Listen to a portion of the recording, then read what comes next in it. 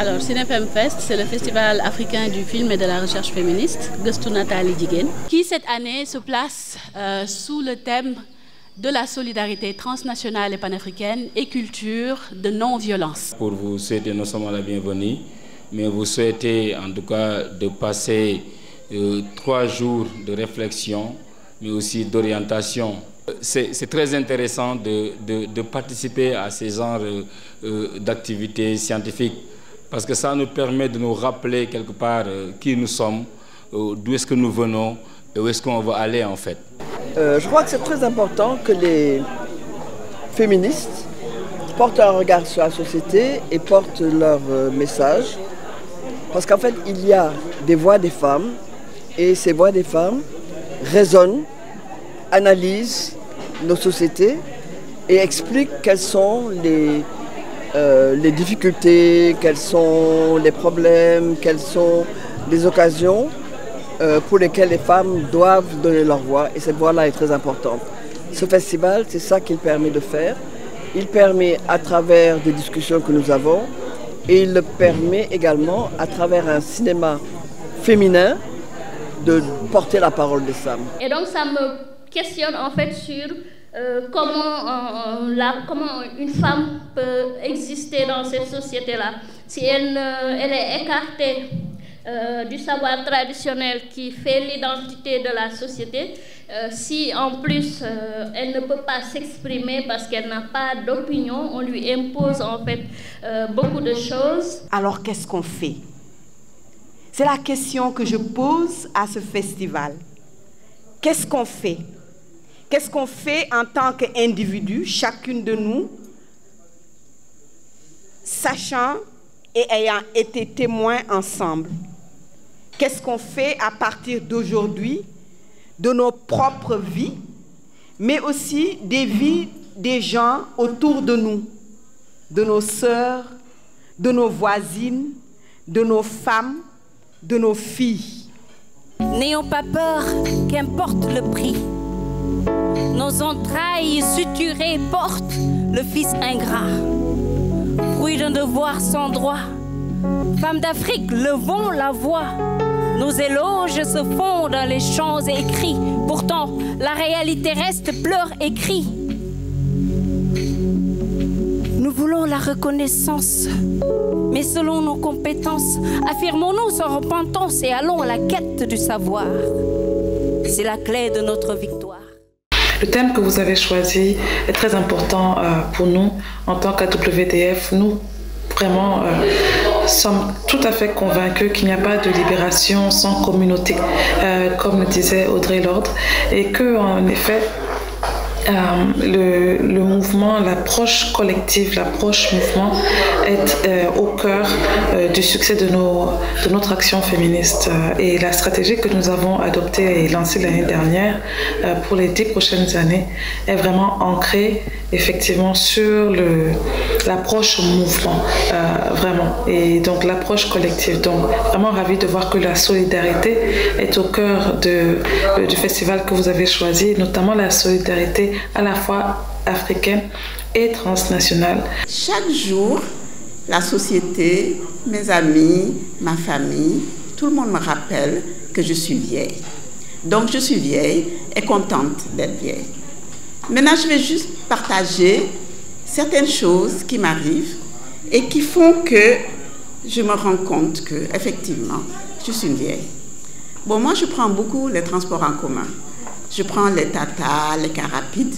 Je ne sais pas si vous les prenez, mais je sais que chaque fois que je monte dans un car rapide, tout le monde informe le chauffeur, ne démarre pas, c'est une vieille qui est en train de monter.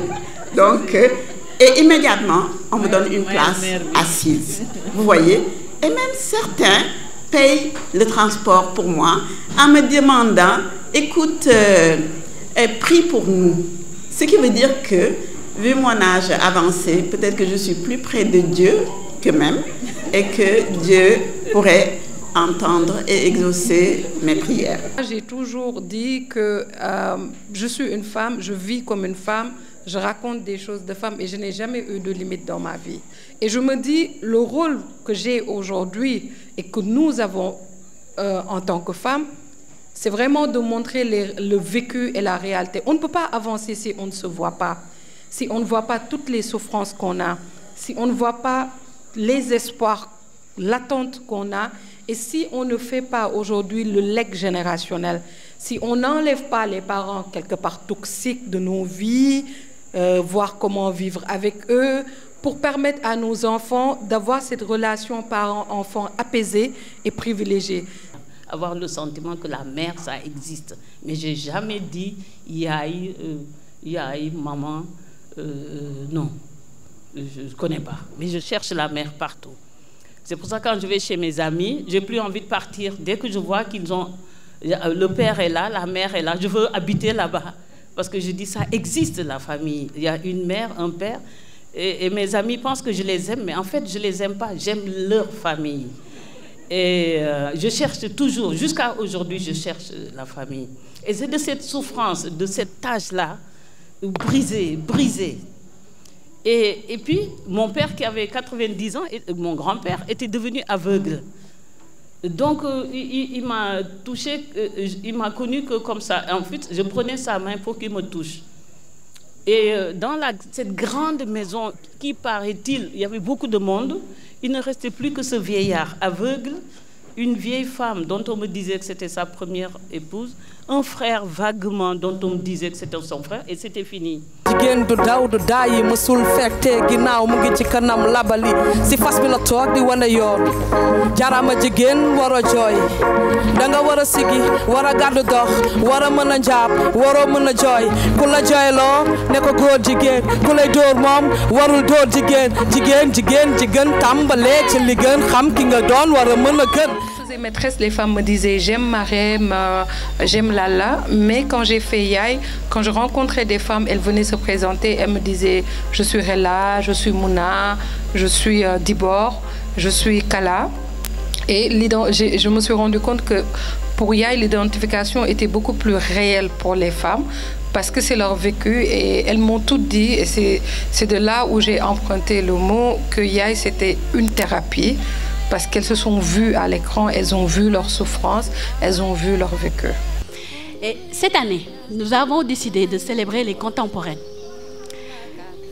Pourquoi est-il important de célébrer les contemporaines?